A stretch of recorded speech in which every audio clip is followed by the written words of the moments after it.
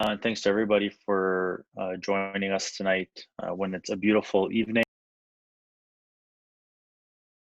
Maybe too much sun for uh, one day, and now you're out and getting some air conditioning, hopefully, and taking in what I have to deliver to you tonight. So, as Ian said, I'm a mental performance consultant, and the topic today is mental performance, what it is, and how to integrate it. The plan for today has a few different components in it. We'll take a look at the Canadian Sports Psychology Association. We'll examine some roadblocks, myths associated with mental performance and mental skills training, and also take a look at some information that has been shared with the Canadian Centre for Mental Health in Sport, and looking primarily at six principles that they have put together to help battle some stigma and give professionals like myself, organizations and coaches and individuals in the profession some six principles to help kind of guide their thinking with mental performance and mainly mental health when working with athletes and sport populations, and then looking at ways to integrate mental performance with our organizations and teams and athletes that we work with.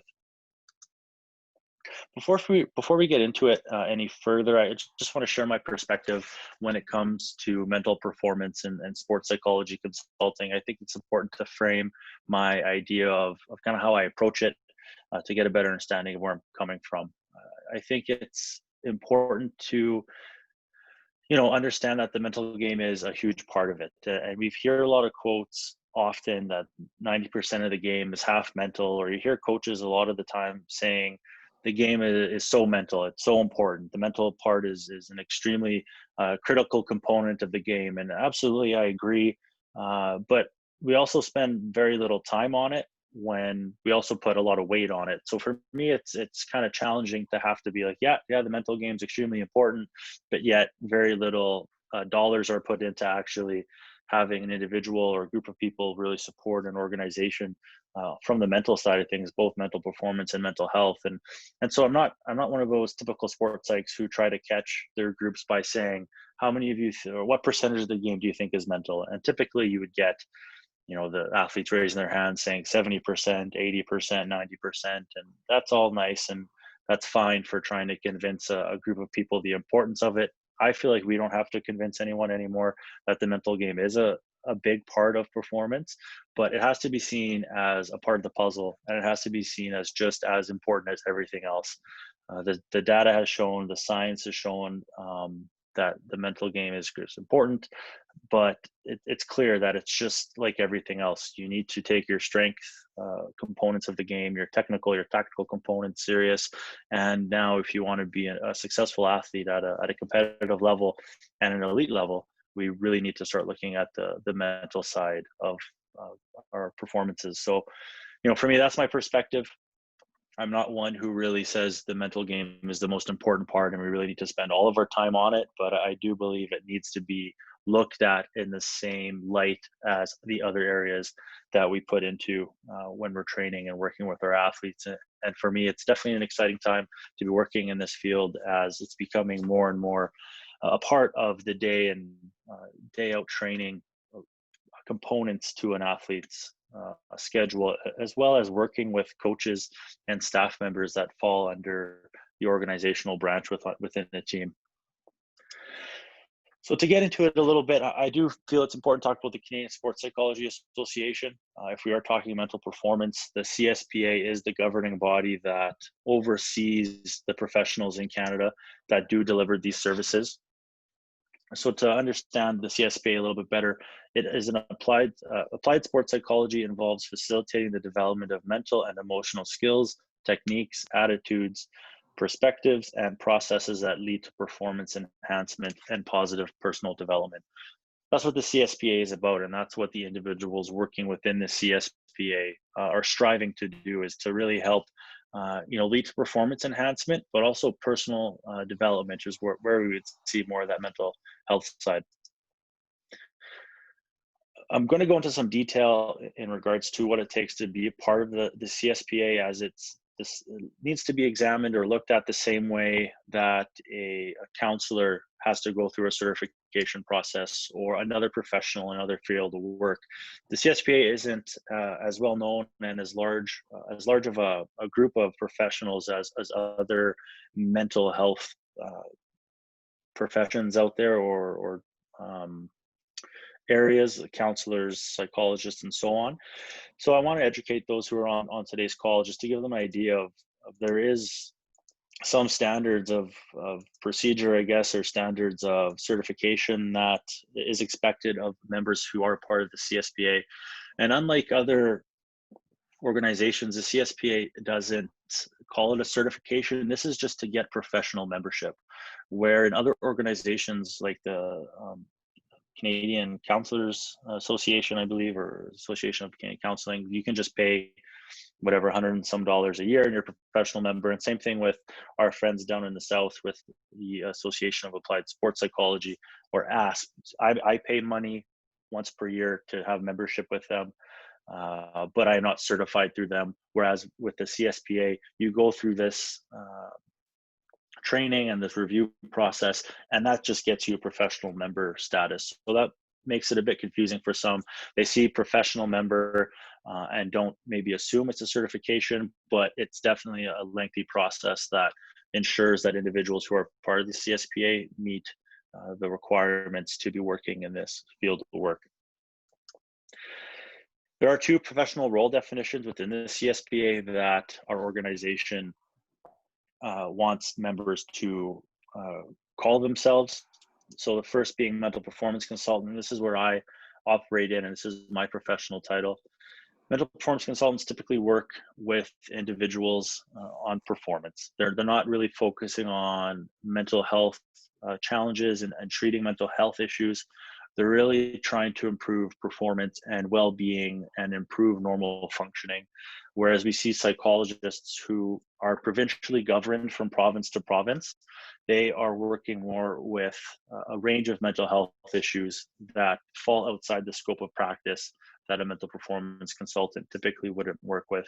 Now, there are individuals, a part of our association, who do have the credentials and the certifications to call themselves a psychologist. So they'll be an NPC/psychologist. Important to note, there is no governing body that I'm aware of in the world that certifies anyone to be a sports psychologist.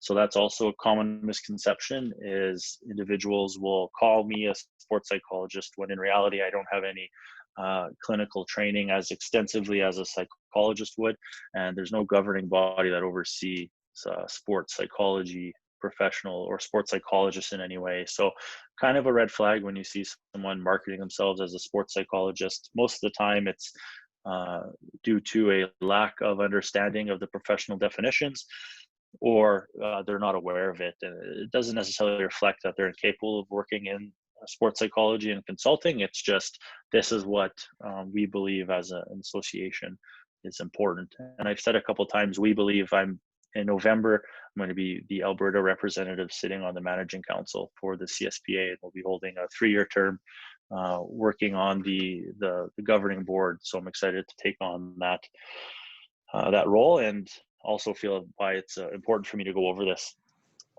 Now, to clarify and make this clear for those, we can see here there is this diagram where you see normal functioning in day-to-day behaviors to optimal functioning. This is primarily where I do operate in, is working with individuals who aren't necessarily dealing with severe impairments or very challenging mental health issues and disorders. That's when I would refer to a professional who is suitable for that, where we would have a counselor or a clinical psychologist working with those individuals. Now, I do have my master's in counseling psychology, which does give me some tools and some expertise to maybe, dip over into this area a little bit, but I am well aware of my professional boundaries and what my training is. And most of the time I will refer an individual who I feel is outside of my scope of practice. So for me, I'm really trying to take an athlete who operates, what we would consider normally from day to day, to try to have them perform more consistently, act in a way that will allow them to have more consistent performances, be a better teammate, operate more efficiently, be more positive, and those things. And that's where we'll see coming up here, where we'll look at quickly just what some of those mental performance processes are, or what we're really looking at when we're talking about mental performance. So when we're looking at, we can call it mental training, mental skills training.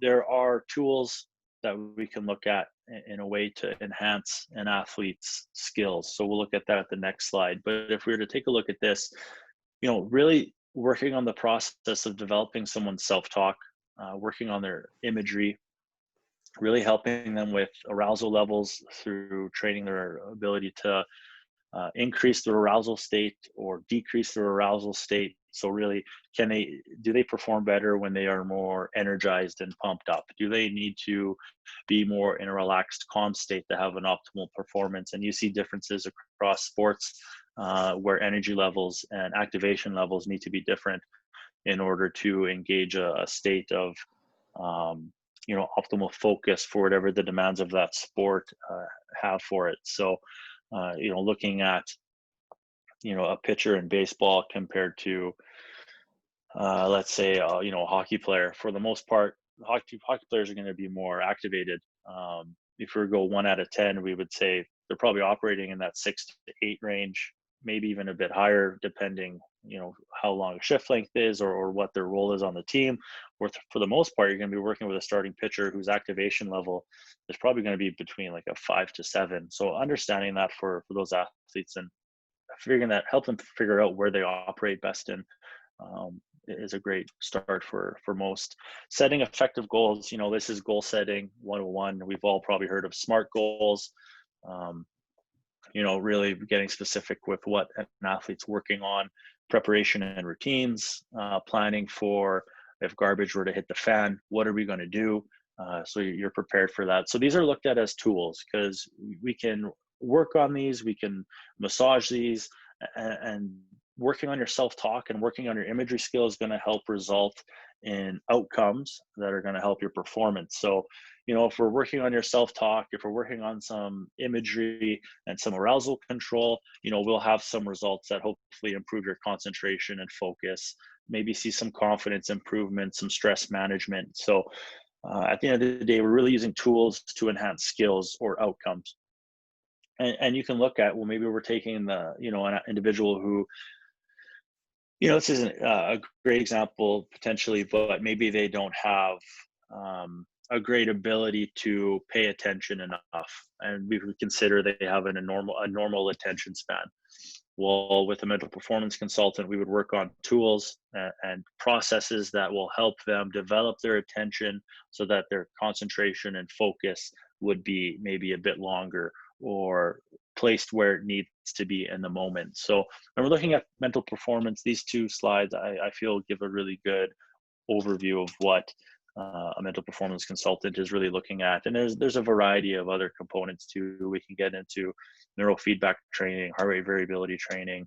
We can get into, I can argue vision training in some capacity is a tool to improve mental performance as well. So, it's not mentioned on the other slide or necessarily in traditional mental performance training, but as the science develops and as tools like neurofeedback become more available to individuals to work with, those also enhance our mental performance skills.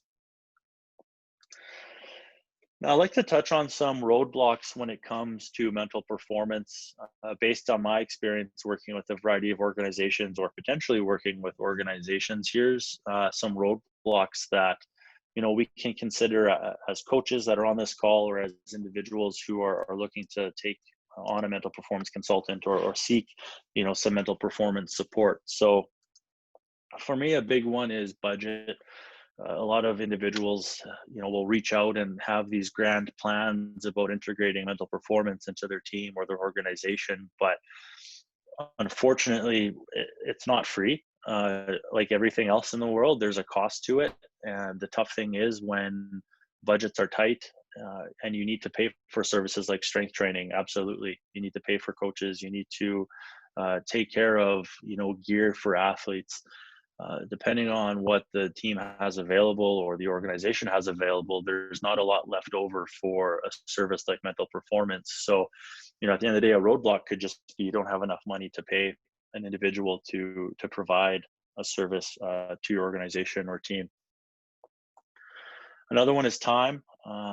Athletes are incredibly busy. Teams are incredibly busy, and depending on the schedule, the travel that's a part of the athlete group that you're working with, sometimes time could be a roadblock where an organization really wants to have someone be involved, but maybe it's a short season and you're trying to cram in a lot of technical work, a lot of strength work. On top of that, student athletes having coursework and volunteer work, it becomes quite hectic. And you don't want a service like mental performance to become a source of stress, making it another thing for an athlete to have to do. So that's also unfortunate. A roadblock for some organizations is time management is not a strong suit of theirs, or it's just not a reality for the group of people that are involved. The next one is people, and more generic in the sense I'm talking about the organization. I'm talking about coaches, the ownership group, the people involved might not believe in it. As I'm assuming if you're on this call, you're interested in it. You have uh, maybe a positive experience with it, and you're probably thinking, well, how can people believe in it? Well, there are individuals who don't see value in it for the money that they're getting, or might not understand it, or have a lack of knowledge of what mental performance is and the importance of mental health support for athletes, and especially today's athlete, where there are a lot more distractions and different pressures that maybe didn't exist years ago. And I don't want to make it sound like it is different, or it's harder now. It's just I guess you could say it is what it is. So a resource like a mental performance or mental health professional is going to help with the changes in culture and what we have going on with social media and so on. So people is a part of it. And I've had conversations with organizations where maybe the coaching staff really wants it, but a GM or a manager or ownership just doesn't necessarily believe in it. And I think that ties into past experience, where a coach may have had someone with their organization or their team and just didn't really enjoy it. Maybe didn't find it as a beneficial component to the team. I've had conversations with groups and coaches who've come to me that were skeptical in the beginning with having myself provide services or be a part of the staff in some way. And they came out and said, yeah, we had an individual who did this, and unfortunately it didn't go well. And most of it is just I think due to not vetting an individual, or poor hiring choices, and not necessarily anyone's fault. But I guess a part of that ties into this as well. Marketing right now in our field of work is very murky, and in a time where with Twitter and Instagram, marketing sometimes trumps competence, in the sense of, well, this individual has a lot of followers, or they post a lot of great videos on Instagram.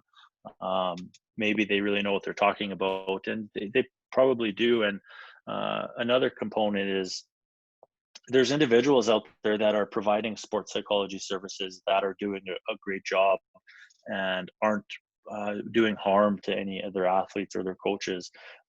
So when I say you have to be part of the CSPA, there's many professionals out there who have training and have been supervised, or are doing really good work in the sports psychology world. So if you do have someone working with you or your organization currently that's not CSPA, don't hit the panic button. I'm sure they're more than capable of delivering services, but sometimes really good marketing can overshadow or just kind of hide maybe a lack of training and certification. So that also ties into past experiences or troubles that coaches have had. So those are roadblocks that we encounter in our field of work for sure. Now, I want to touch on some myths that are commonly discussed or um, well known in the area of mental performance and mental support when working with athletes. One of them is that it takes too much time, and realistically, I mean, you can spend 5 to 10 minutes a day, or 20 minutes every other day working on mental performance type skills.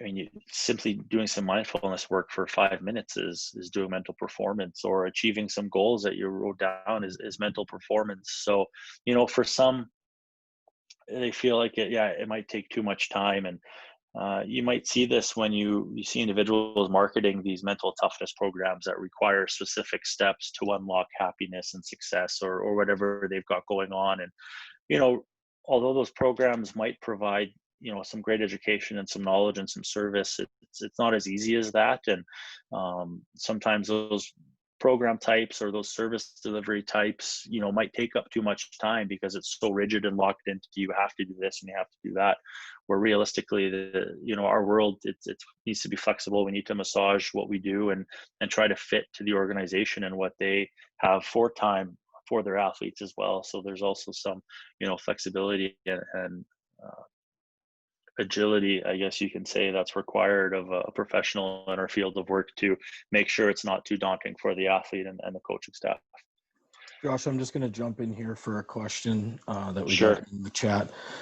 Could you cite some stories that we could share with our boards that might convince them to get someone in to benefit the athletes, to work with the athletes as key component to being a successful athlete at the top of their game?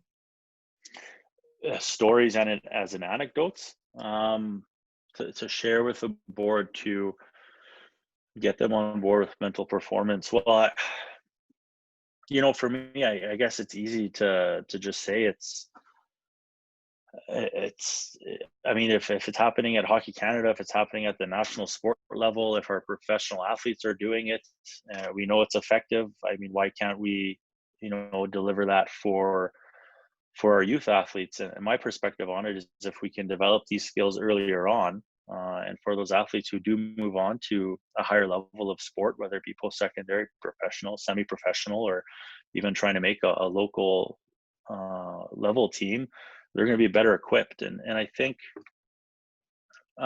this will tie into some myths as well. There's some assumptions that I think individuals have with mental performance, that it might be only for specific people, and that's not accurate at all. It's really for everybody.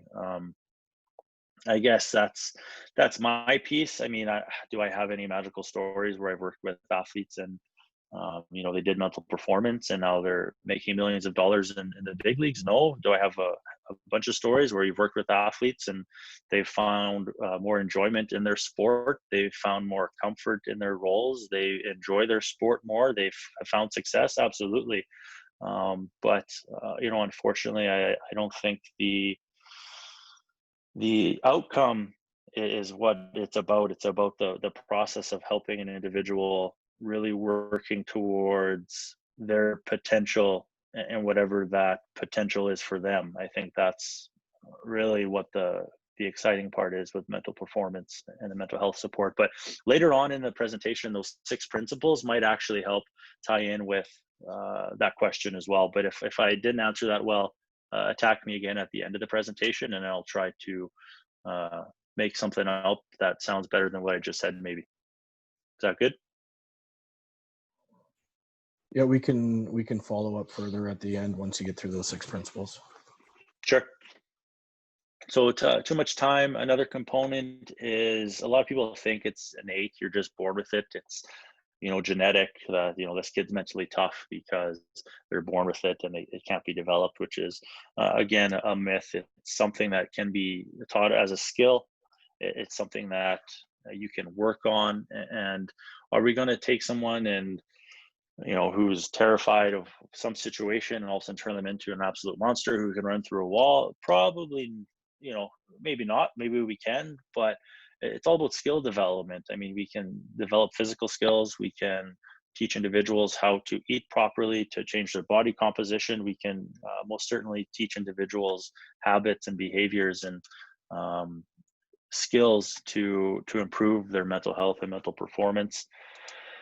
A big one, and I think this might tie into that question, is a lot of people just think it's for problems. They think that, well, it's only for when I have an athlete who is, soft or mentally weak, and they always, they can't handle pressure, so that it's only for individuals like that.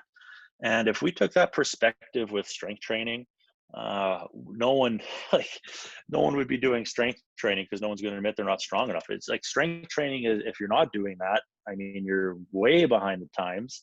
If you're not taking care of what you're eating, you're way behind the times. But if you're taking an individual who has a normal behavior that's not struggling and try to teach them some mental performance, there's stigma with that for some reason. And I think with the newer generations of athletes and coaches and parents, they understand that it's not only for athletes who have problems. It's really for everybody to really start working on developing those mental skills to um, find more enjoyment in sport and performance. A lot of coaches sometimes think it's a quick fix. I've had a couple of calls into work with an organization or a team where it's a week before playoffs, and or a championship game, and I'm supposed to come in and rally the troops and bring this surge of motivation and focus that, in 45 minutes I'm going to really turn around their season. And unfortunately, that's not how it works. It's not a magical pill that you just show up and someone talks to you about what it means to be motivated, and all of a sudden you're going to go out there and win the battle. Does motivational speaking work? Sure. I think some of the research is maybe challenging that now.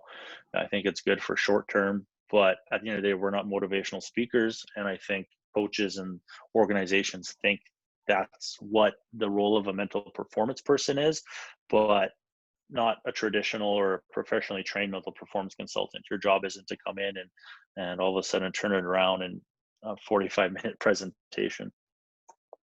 And another myth and stigma is that mental performance is only for the elite. It's only for our Olympic athletes and for our professional athletes. And again, that's the furthest from the truth. I mean, there's levels to everything. There's youth athletes doing strength training. Well, Olympic athletes are doing strength training. It's just specific for that level of the individual. And same thing for mental health and mental performance. There's different things you can look at different age groups and developmental periods for individuals. And there's some arguments that you can also look at doing specific things in the off season with periodization as a way to approach mental performance, even though the research is still debating that. But there's at least ideas being formulated of how we can use this with individuals outside of Olympic athletes and professional athletes. So that's another myth as well. Josh, we have another question here. Sure. Do you have examples of what we as coaches can do to add a little bit of mental performance to our season plans? For example, SMART goals, meditation journals, or an example of a 5-minute mindfulness exercise or resources for us to utilize? Yeah, absolutely. And that's where having a conversation with an individual like myself for half an hour can really provide resources that you can really start to integrate at the beginning of a practice, or a way to wrap up a debrief at the end of a training session. I mean, there's a lot of great apps out there. I mean, there's Calm is quite popular right now. LeBron James has put his name and money behind that. Headspace is also a traditional mindfulness app. I mean, for the most part, you can go on YouTube and find a whole variety of relaxation scripts and exercises. It's just the risk is, are you finding one that's good and that's going to be helpful in that way, or if it's doing an accurate thing. But I mean, simply, sitting down with your athlete individually and building a relationship in a way is mental performance, because you're building trust with that individual. And if you have trust, whatever you say is probably going to be bought into a lot more. And I mean, rapport. What's your relationship like with your athletes? I mean, SMART goals. Yeah, absolutely. You can look at what are we working on, and really breaking it down. Like if you're working on hitting a baseball off the tee, what are you really working on? Are you working on hands? Are you working on lower body? Out of how many times are you trying to be successful at that rep? I mean, it's a pretty broad question. I can get really deep into it. Unfortunately, quick response right now probably provide, what you're exactly looking for. But, if you reach out to me after, I can point you in the direction of some resources to help you maybe get started in looking at how you can integrate some mental performance type stuff into your training schedules. So I'll move along here. With moving into the information that's been provided by the Canadian Center for Mental Health and Sport. This is a relatively new organization, and one that has a very solid group of individuals behind it, and are doing some really great things and some great work in the area of mental health and sport. And really, I would say being a very good voice for the individuals looking for mental health support, and specifically in sport. I mean, there's not a lot of great resources out there that are of this caliber of resource. So it is an initiative and a program that is accessible to all Canadians. So if you want to look more into that, feel free to look up the Canadian Center for Mental Health and Sport. But I'm going to share some information here. Key takeaways from this position statement that they put out in regards to mental health and sport, because at the end of the day, mental health plays a huge factor into performance. I mean, you can have all the God's gifted talents, you can have the perfect body, strength, and skill, but if there's mental health conditions or challenges underlying it, there could be some performance detriments. And I'm not saying that if you have a mental health challenge or disorder or experience depression, you're not going to be able to perform. That's the farthest from the truth. Many athletes succeed and perform quite well experiencing mental health challenges. But if there isn't more education on it, then uh, more action on it as well, we're going to have a lot of individuals slip through the cracks. So here's some key takeaways just to help educate those on the call when it comes to mental health and sport.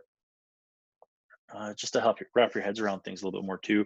So for decades, the public and healthcare professionals alike assumed there was a low prevalence of mental illness in athletes. Well, realistically, athletes suffer from mental illness at the same rate as the general population. And unfortunately, I think this is tied to mental toughness, in that an athlete is mentally tough, therefore they do not experience mental illness, because athletes aren't weak, they are strong. And as times are changing, we are realizing that this is not the truth. And I would argue that athletes may be at greater risk, because in order to adapt and to see change and growth, there needs to be stress and challenge put on the individual, which could in fact incur more mental health issues and mental illness at the same time. So it's a part of coaching, it's a part of developing an athlete and putting them in situations that they're uncomfortable. And I think that puts athletes at risk in some ways more than other individuals. Athletes tend to not seek help for mental health challenges. There is that stigma, especially depending on the organization and the coach's perspective and views on mental health and mental performance. If they talk about it, if they don't talk about it. There's some research happening with an individual out of UBC, I believe, and they're looking at professional hockey players and the stigma of seeking out mental performance and mental health support. And athletes are terrified that we are snitches in a way, or working secretly for coaches and finding out information about them and then going to them saying what they're telling us. And that's ethically corrupt, and it's something we cannot do. Confidentiality is first and foremost in our profession. So that's a barrier as well, as athletes are sometimes terrified to share that they are experiencing vulnerability, which is different than weakness. To be vulnerable is not weak. Vulnerability shows strength. So that's another component as well, is we see these things as weaknesses when they're not. Duty of care is something we're going to be hearing a lot about, if you haven't heard about already, when it comes to supporting athletes and the responsibility sport organizations and coaches have to the athletes in their care. Yeah, I mean, there's been a lot of statements out recently about duty of care. The United Kingdom came out with a huge report that they did. Canadian government came out with one, and I believe there's some more information coming. There's a lot of research happening in duty of care to that of an athlete and what should be expected of an organization to provide them. And you know, it's not well established, and people aren't really looking at it in the sense of duty of care. Another big piece. This is a massive piece. So this is where I'm talking about the importance of a CSPA member or an individual who has some training in sport. A lot of athletes I've worked with have gone to individuals who are good counselors, are good psychologists, might even be a life coach in some capacity. And sure, they might be really good in those areas, but when it comes to sport, they don't provide a lot of great feedback because they don't have an understanding of the specialization within that individual sport, or what it's like, or what the environmental demands are. And if you're really to look at someone with a dual competency in Canada who has both a clinical psychologist and a mental performance consultant, those individuals are quite rare as well.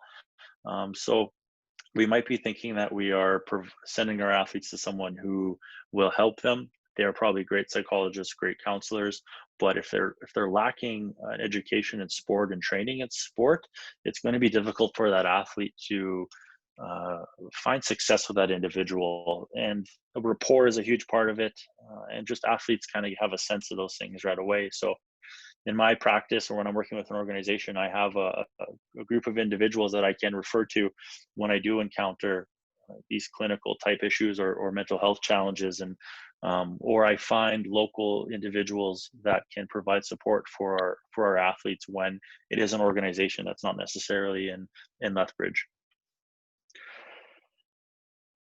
Moving forward with the 6 principles. So this is a great start, or way for us to wrap our head around some components that we can look at, or avenues that we can, I guess, look at really exploring this mental health, and I would say mental support in general, and great discussion as well, I think. So feel free to open up questions as we go through this. So principle number 1, athletes are susceptible to experiencing mental health challenges and disorders. We must acknowledge that. We must understand that athletes are at risk for experiencing mental health challenges and disorders. Mental health and mental illness are separate constructs, but they do influence one another.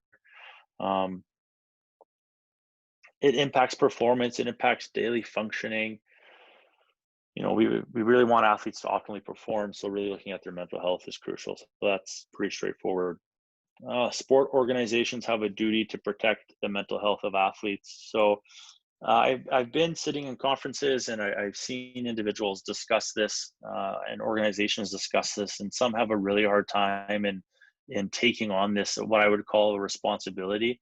For whatever reason, organizations are more than comfortable, I guess, of taking on the strength and the physical components of athletes. And we can say the nutrition components, the tactical, the technical part.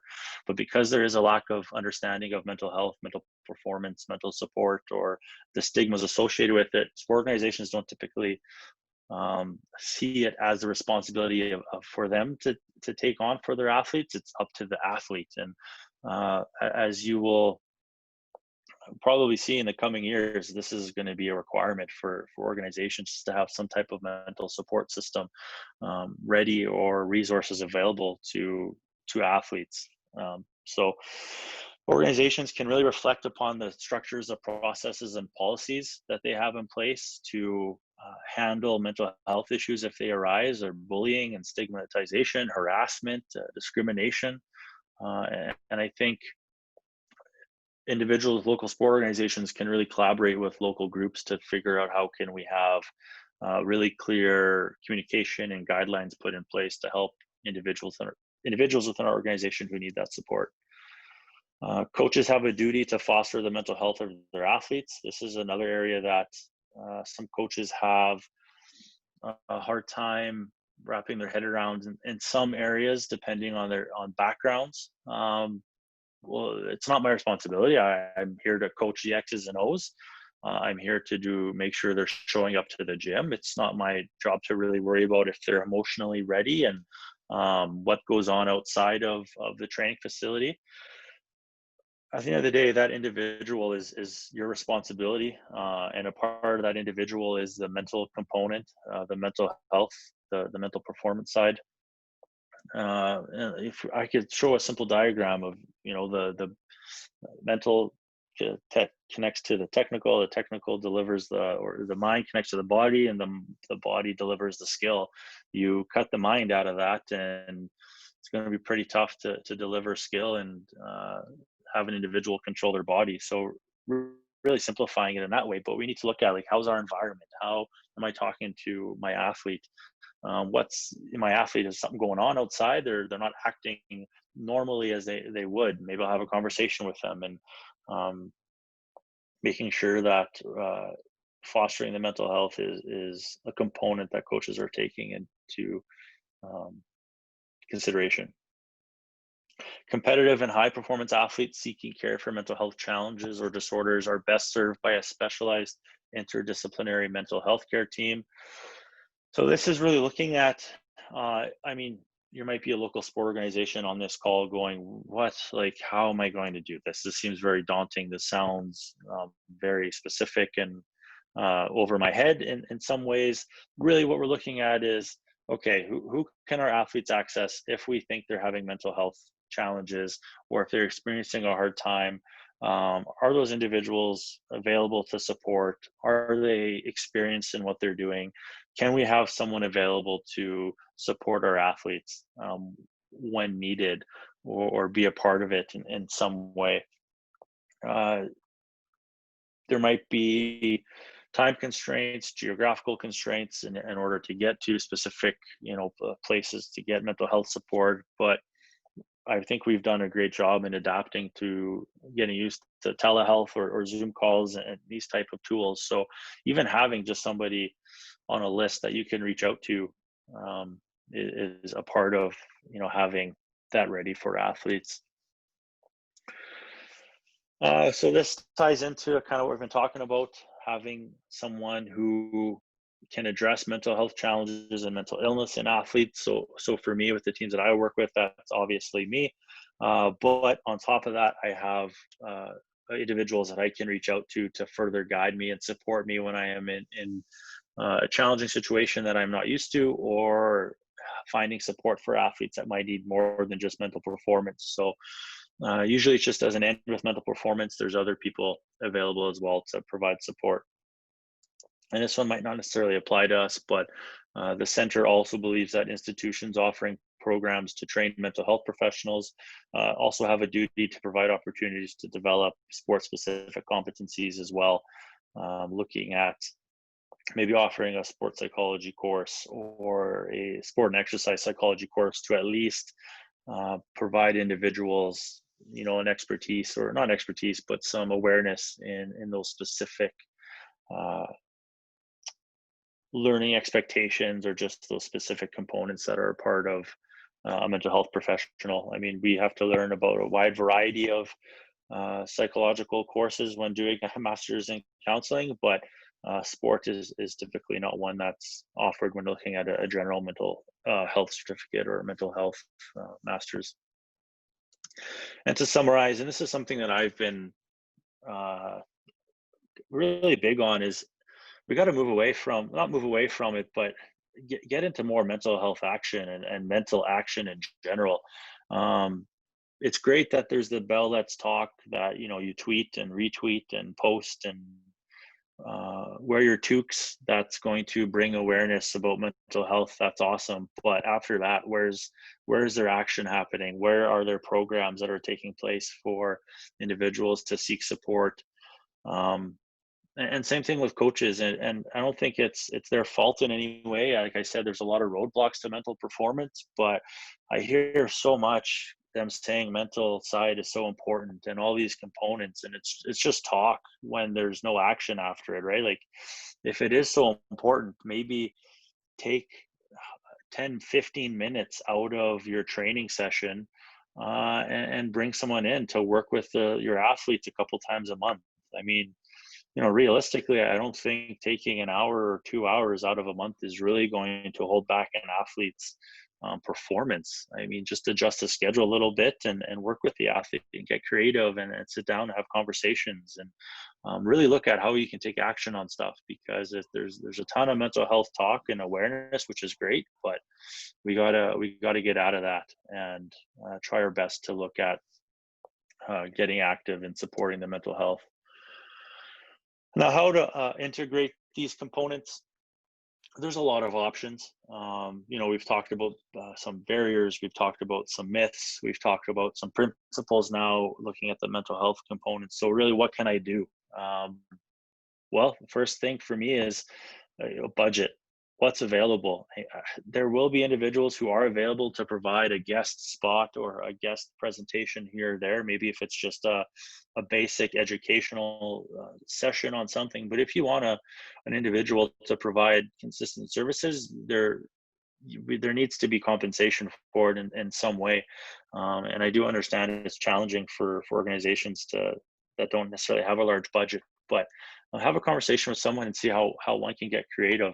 But traditionally, mental performance and mental health is integrated through, you can do group sessions, you can bring someone on to do work with individuals, they can do work with group and individuals, you can bring someone on just to work with the staff, right? If the budget isn't that large, maybe you can have periodical check-ins with the coaches and staff members if they were to bring issues forward, like, hey, we want to work on our goal setting with our team. Can we meet in a week, and can you give us some tools and some support to move forward and work with our team? That's a very financially feasible or a good approach when there might not be a lot of money available. Some places and some groups have the ability to deliver all of those components. All of these components can happen in person or online or a combination of both.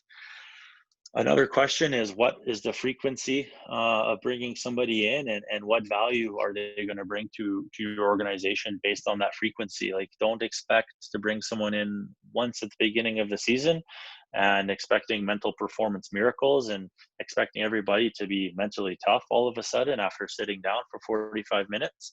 I think it would be ridiculous to have our teams do one strength session for 45 minutes a year and expect them to have really great strength gains and physical gains. So there should be some frequency, although it does not need to be every day. It can be a few times a month. It can be on small chunks sporadically throughout a month or a couple times throughout the year. There is absolute value in that. So really getting an understanding of what's best for you.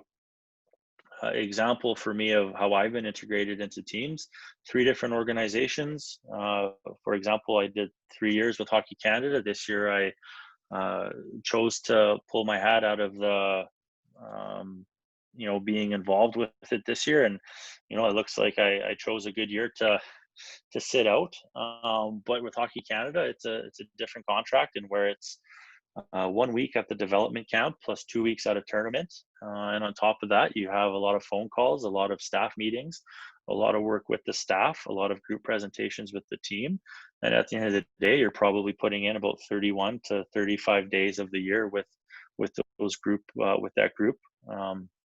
A lot of work with the staff at the event, a lot of time spent with coaches, athletic therapists, and equipment managers, working with them as well and helping athletes and hockey players. So that's one example. Another one is with the Vauxhall Baseball Academy. That contract is set up for me to come in, work with the team twice a month, doing group presentations in combination of meeting with individuals when I'm out there as well. Not as integrated with the staff there. They just want me to come in, allow me to really work with the individuals, work with the group, work with the team.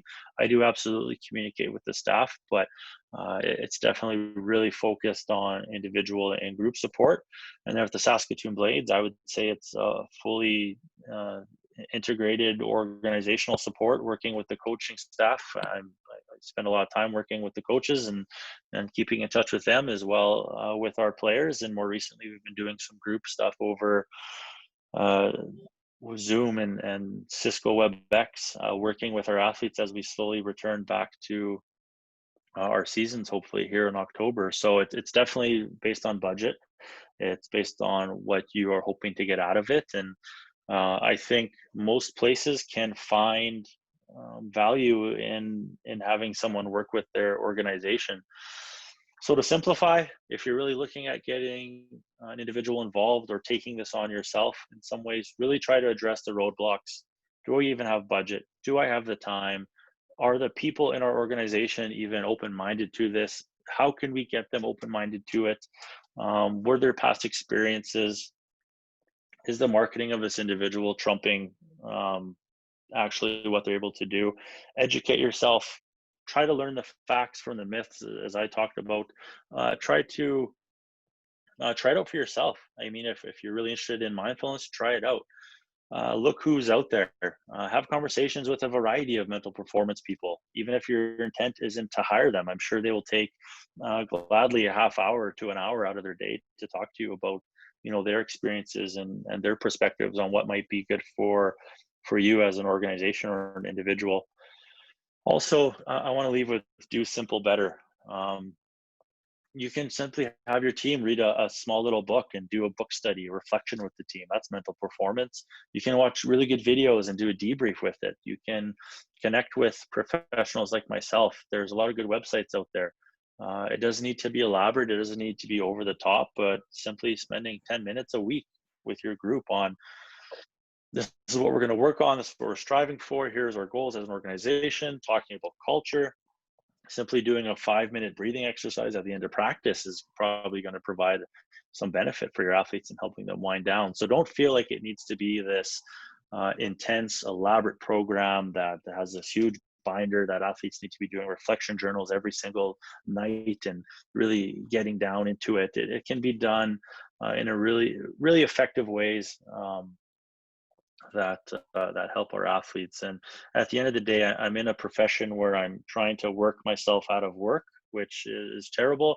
I hope to do a good enough job with my athletes individually that they don't need my help anymore, or as consistently as they once did. So that's another component in this field, is hopefully you have somebody that does such a good job that you don't necessarily need them anymore, or at the capacity that you once did. So um, yeah, there you go. That's my presentation on mental performance, and uh, more than welcome to try my best to navigate some questions. Okay, Josh, yeah, we do have a couple questions in the queue here. Maybe if you could touch on, a coach or an organization that doesn't necessarily have the budget in place to bring in somebody, how would you direct them to integrate these tools and practices? Yeah, there's a great book out there called Sports Psychology for Coaches. It's Human Kinetics. It was the book that we used in my university class for learning, some good basic applied mental performance techniques um, and tools. And I would say that's a really good book, and it's written in a language that's quite uh, digestible. I mean, I still use it today to go back to and reference to. But Sports Psychology for Coaches is a great book. There's another website, Believe to Perform, I believe it's called. Believe to Perform. It's out of the UK.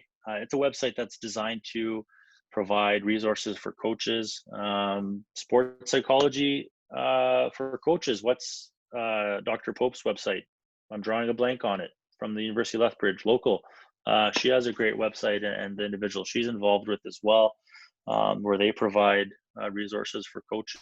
So just looking at those components there, it takes a little bit of work to maybe get over the hump and looking at what you can integrate. But those kind of come to mind for me to kind of get off the ground a little bit. Okay, just kind of going back to that first question that we had with about the stories to bring somebody in, but maybe if you could maybe elaborate on, some avenues. It was directly from a swim coach and tying um, the need for that mental performance piece into the swim environment. Yeah, I mean, swimming comes to mind. That's a sport that has high demand on the athlete. Training 2-a-days. It's an intense sport, and really looking at integrating it. I mean, Stories. I guess, Ian, can you help me with that question again? Like the trying to convince a coach or convincing an organization. Is that what we're getting at? Yeah, the original question, I'm just going back up to it, was could you cite some stories that could share to our boards that might convince them to get someone in to benefit the athletes, to work with the athletes as a key component of being successful athlete at the top of their game? And that was coming from Yeah, a swim coach perspective. yeah. What's the old saying? You could lead a horse to water to whatever, make it drink or something, but or whatever that's saying. It's kind of along those lines. I mean, I have uh, worked with individuals in an organization in which, when with that organization, they are required to have mental performance and they are all in because that is the ask of that organization. But then when that individual was back with their club team, um, they did not believe it was an important component. So at the end of the day, you are dealing with individuals and their beliefs in regards to integrating mental performance. I mean, you can you can deliver all the stories and provide all the stories you want, um, and at the end of the day, if an individual just does not believe in it, it's going to be hard to bring it into an organization. And personally, I wouldn't want to enter an organization where there are individuals like that, because it's not going to be comfortable, it's not going to be easy, it's not going to be um, utilized to how it should be if there's individuals in the background that are um, not agreeing with it. So I mean, I could tell stories on athletes for sure that have seen performance benefits from it, and I'm sure those individuals have stories as well where they've watched a YouTube clip and where it's worked for someone and whatever else. But I mean, at the end of the day, it's really tough to change someone's mind. I mean, a part of it is too building a relationship with somebody to build their trust, and then usually they will integrate it. But sometimes it's not as easy as sharing a story. I'm sorry, it's not any clearer than that. Okay, we do have a question about cost and what roughly is the cost to get an individual to come into a swim club? I mean, for an hour rate, that depends on the individual. You're looking at anywhere from 150, 175 to 250 to $300 an hour, depending on the expertise and what they're bringing to the table. And a lot of people kind of gasp and awe at that, thinking that's a lot of money. But if you're to divide that per person, it's sometimes as cheap as $2 per athlete to $5 per athlete. So I mean, that's kind of an hourly rate. There's a daily rate for an individual that can be anywhere from minimum 500 upwards to $1,500 an hour, or a day to $2,000 a day, depending on their expertise and what they can deliver. But for the most part, people have to understand that yes, it's 200 for an hour, but it takes a couple hours to put together a presentation and to really hit the specifics for what that organization needs, and um, to really do a good job. Yeah, there's a lot of work that goes into it. So don't get discouraged by hearing that rate, because it's not just someone showing up, delivering information for an hour. There's a lot that goes into it as well. So yeah, it's kind of a starting point, 150, 175-ish to 250 to 300.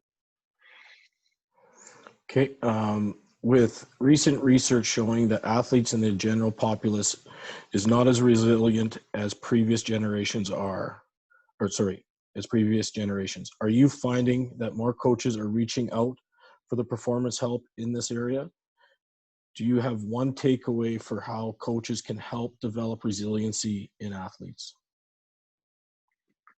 I would say yes. A lot of coaches are starting to reach out more and be open to it. And I think a big part of it has been podcasts have been great. YouTube has been great, because you're seeing a lot of these great coaches talking about how they integrate mental performance, or how they integrate different concepts that strengthen an individual's resilience and mental health and so on. So yeah, I would say, more so the newer generation of coaches, are on top of things, and there's even a large group of, we would say, I guess the older generation of coaches that um, maybe back in the day understood the importance of it, but if they were to have integrated it, they would have been seen in a different way. But because they were on top of it decades ago, they are now comfortable in actually utilizing it and are on top of it. So I'd say, yeah, coaches